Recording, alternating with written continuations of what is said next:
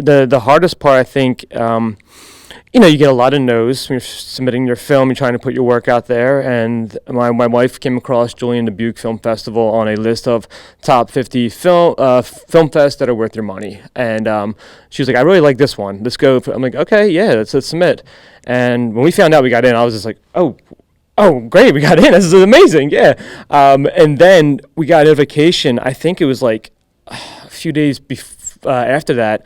We also got into the New York Cinefest, which has also happened at the same exact time. I'm like, really? Like, we get all these no's, then we get yeses, and it's the same exact time. So my wife and I, we had to divide and conquer. So I came out to Iowa with Dax Richardson, the actor, in Last on Location. And my wife and another actor from Last on Location are in New York right now. And, yeah, so the hardest part was just figuring out who was going where, figuring out how we can, afford to do everything, split it up. Sounds like a good dilemma, though. Yeah. It was a great dilemma. Yeah, I can't complain. It was just, and then also I was still working on like the mix for the film up until we had to get the DCP created in order to play it here. Mm-hmm. And that was like, I was spending nights awake. I didn't even sleep, I don't think. I just got it done in time, so, yeah.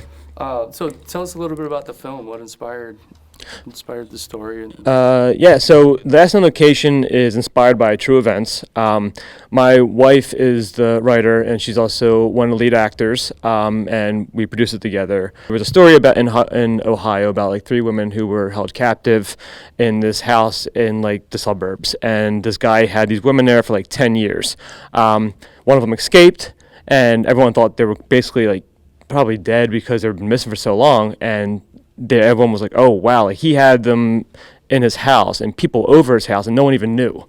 But when the story broke, it became all about the guy and not about the women. And so my wife was inspired to write a story about women who are abducted, who are taken, but it's about their story and what they endured and how they actually, because they're loners in life, which is why they were kind of targeted, and how they came together, formed a bond, and are able to, get themselves out of the situation. What's next?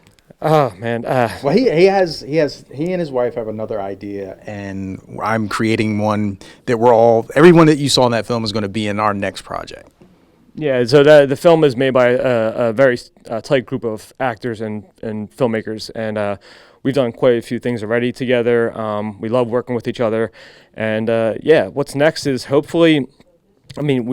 This will be getting out, Last on Location. I can't say much about it. But we were hoping that this propels our film careers in a way where, we did this one ourselves, my wife and I, so it was mostly self-financed and everything like that. So hopefully the next one, we can get some investors and be able to hire other people and bring more films to Philadelphia, where we're from, and hire our friends and just make some great art.